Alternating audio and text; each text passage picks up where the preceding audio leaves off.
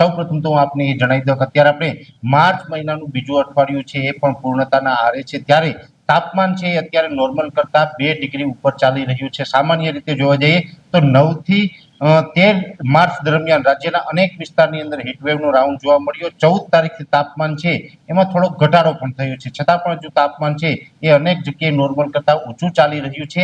આ વચ્ચે ફરીથી એક વખત તાપમાન નીચું જવાની શક્યતાઓ છે, જેનું મેઇન કારણ છે કે આમ તો ઘણા સમયથી આપણે જે આગાહી કરી રહ્યા છીએ એ મુજબ એક વેસ્ટર્ન ડિસ્ટર્બન્સ પસાર થવાનું છે, એનો ટ્રફ છે એ દક્ષિણ પાકિસ્તાન અને ગુજરાત સુધી લંબાય તેવી શક્યતાઓ છે, જેને કારણે અરબ સાગરની અંદર પણ એક સાયક્લોનિક સર્ક્યુલેશન ઉદ્ભવે તેવી સંભાવનાઓ છે, અને તમામ પરિબળોને કારણે તારીખ 19 અને 20 માર્ચના રોજ રાજ્યના અનેક વિસ્તારની અંદર માવઠાના ઝાપટા પડવાના છે।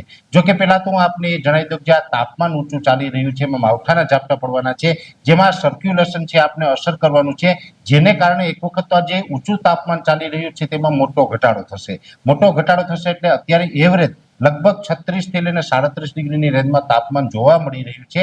આઇસોલેટેડ વિસ્તારની અંદર 39 ડિગ્રી આજે છેલ્લા 48 કલાકની અંદર નોંધાયું છે, જેની અંદર ઘટાડો થઈ અને 18, 19 અને 20 આ 3 દિવસ એવા હશે કે તાપમાન જેમાં 30 ડિગ્રી કરતા પણ નીચું આવી જશે। આવા લગભગ ગુજરાતના 70 થી 75% વિસ્તાર એવા હશે કે જ્યાં તાપમાન છે 30 ડિગ્રી કરતા નીચું આવશે। એટલે પહેલી વાત તો એ છે કે માર્ચ મહિનાની અંદર તાપમાન છે 30 ડિગ્રી કરતા નીચું આવે એક બહુ મોટી ઘટના છે।